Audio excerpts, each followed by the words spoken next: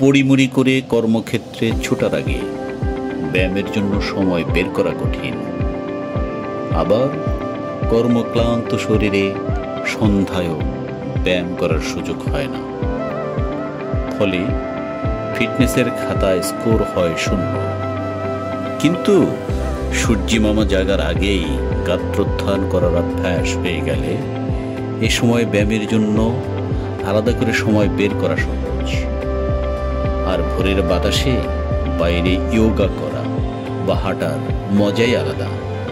সেই প্রাচীনকাল থেকেই সূর্যোদয়ের আগেই ঘুম থেকে ওঠা একটি স্বাস্থ্যকর অভ্যাস বলে বিবেচিত হয়ে আসছে। প্রতিটি ধর্মেই এর তাগিদ রয়েছে। এ সময়ের প্রার্থনা, ধ্যান বা উপাসনা দেয় আলাদা রকমের মানসিক প্রশান্তি। আমরা যেখানে সকালে ব্যায়াম করি, এ সময় এখানকার খোলা আকাশে দেখা যায় এক অন্যরকম গতি।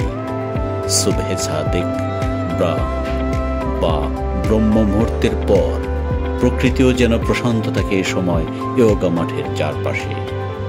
আলো আধারের আভায় পাখিদের ঘুম ভাঙা কিচিরমিচির ডাক, নাম জানা অথবা না জানা ফুলের সুবাস আর সবুজের সমারোহ যেন মনে দোলা দিতে থাকে ইয়োগার 1 ঘন্টা সময় ধরে। এ সময়ে বসুন্ধরার বাতাসেও কি যেন মোহময় আবহ ভেসে বেড়ায়। বারান্দা বা বাড়ির বাইরে এসে দাঁড়ালে ঠান্ডা সমীরণ পঞ্চেন্দ্রিয় দিয়ে আকণ্ঠ পান করে নেওয়া যায়। কিন্তু গবেষণা বলে শুধু এই ভালো লাগার অনুভূতিই নয়, সূর্যোদয়ের আগে ঘুম থেকে উঠলে মিলবে নানা উপকার। সুস্বাস্থ্য ও ডায়েট রক্ষার জন্য ভোরে ওঠা ভালো।